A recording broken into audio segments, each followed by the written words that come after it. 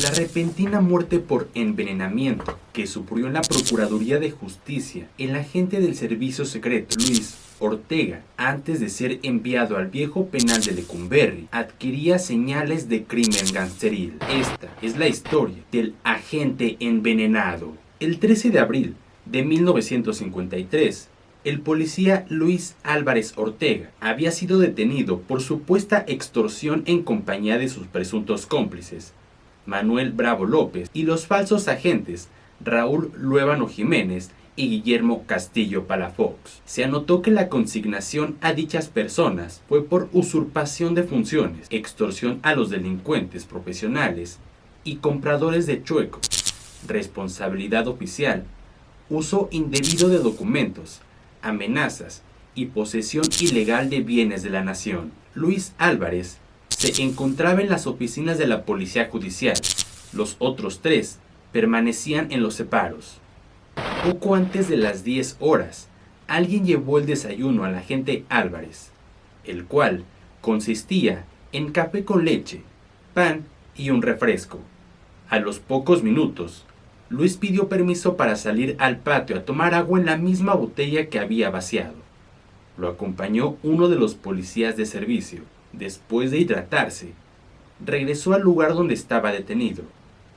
Inmediatamente, los empleados de la oficina se dieron cuenta de que el agente procesado se veía sumamente enfermo y acto seguido se desmayó.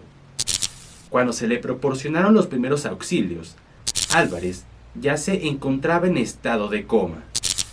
En el puesto de socorros de la sexta delegación se le aplicaron masajes.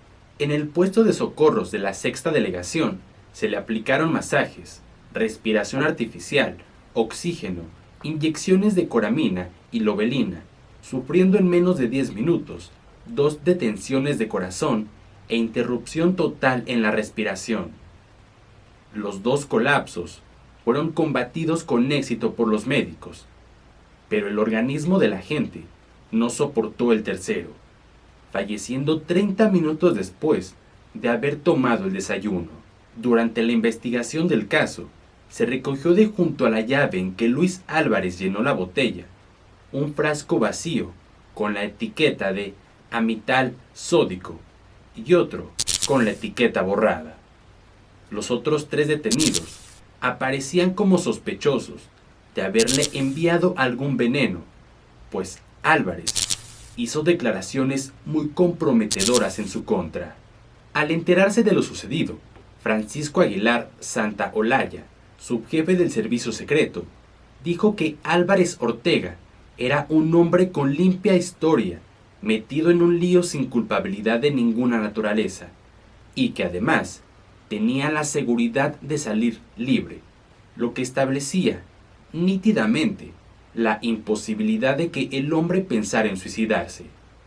Mientras tanto, los médicos señalaban que el amital sódico no provocaba muerte violenta. Sí producía el deceso de un individuo, pero tomado en fuertes dosis y sobre todo muchas horas después de ingerido, y con síntomas muy diferentes a los observados en el agente Álvarez. Un intenso sueño habría sido el principio de la intoxicación y el agente no lo tuvo. En el fallecimiento del detective intervino un tóxico mucho más violento y mortal.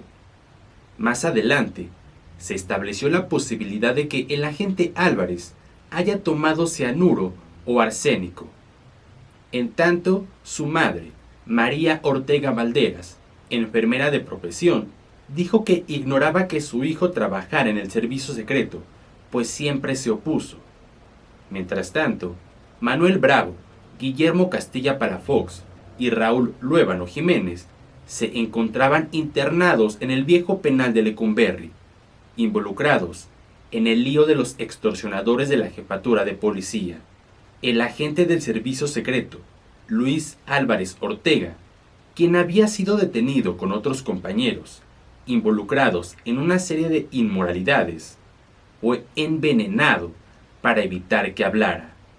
Esta era la gran premisa, y de este planteamiento debían partir los investigadores en caso de que se quisiera resolver el enigma de la muerte de un sospechoso que antes había sido representante de la ley.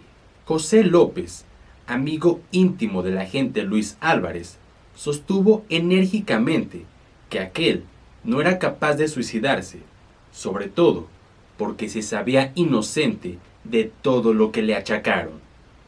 Anotó que era inexplicable lo del desayuno fatídico.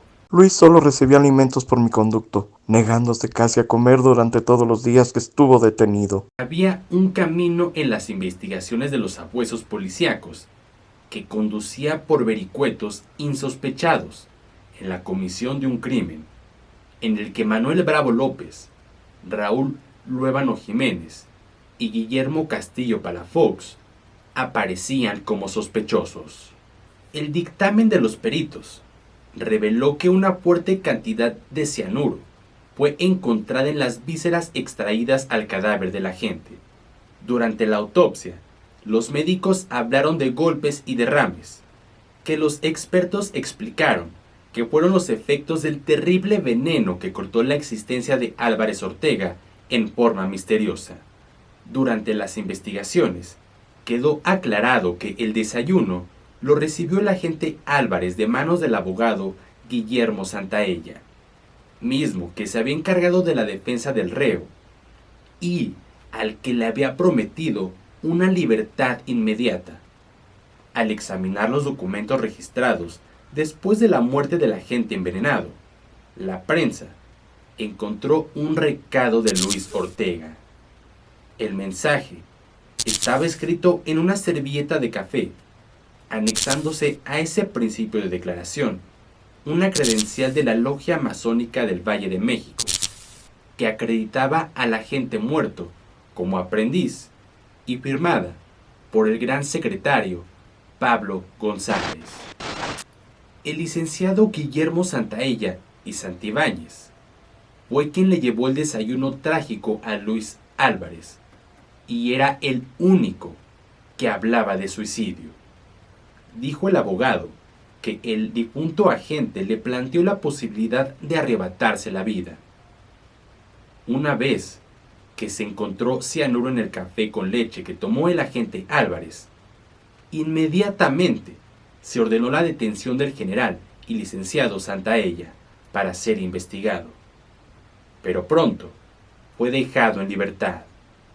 Al conocerse el dictamen de los peritos forenses sobre los residuos de cianuro en el café con leche de la botella que estuvo en manos del agente Álvarez y sujetándose a lo dicho por el abogado Guillermo Santaella, sobre que aquel le había comunicado su deseo de hacer un cancán de suicidio, se explicó de manera oficial que el misterioso asunto ofrecía la posibilidad de que el agente hubiera atentado personalmente contra su existencia. Categóricamente, al ser entrevistada por la prensa en los corredores de la Policía Judicial, la señora María Ortega Valderas, madre del agente Luis Álvarez Ortega, afirmó que el licenciado Santaella le aseguró enfáticamente que Luis había tomado del café que él mismo le llevó.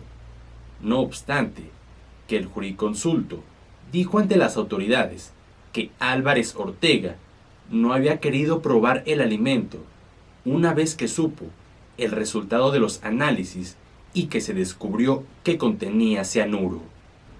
Continuaba en pie la incógnita sobre la muerte del agente 102 del Servicio Secreto, resultando, de acuerdo con los datos proporcionados en todas las fuentes conectadas con los trágicos sucesos, que la tesis del suicidio perdía la poca consistencia que se le quiso dar desde un principio.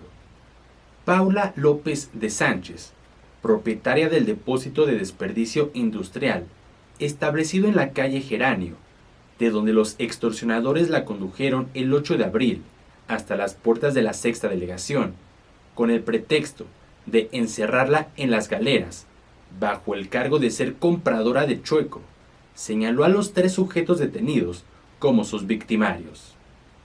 El jueves 16 de abril de 1953, Fue un día agitado en el juzgado 14 de la Quinta Corte Penal, porque el juez Carlos Espeleta ya había resuelto el caso. Se decretó por malprisión a los reos Raúl Luébano y Guillermo Castilla, por considerarles responsables de los delitos de fraude, usurpación de funciones públicas y uso indebido de distintivo. También se decretó por malprisión del inculpado Manuel Bravo López y se declaró extinguida la acción penal intentada por el Ministerio Público contra Luis Álvarez Ortega por los delitos oficiales y asociación delictuosa. Y así quedó en el olvido el envenenamiento de Luis Ortega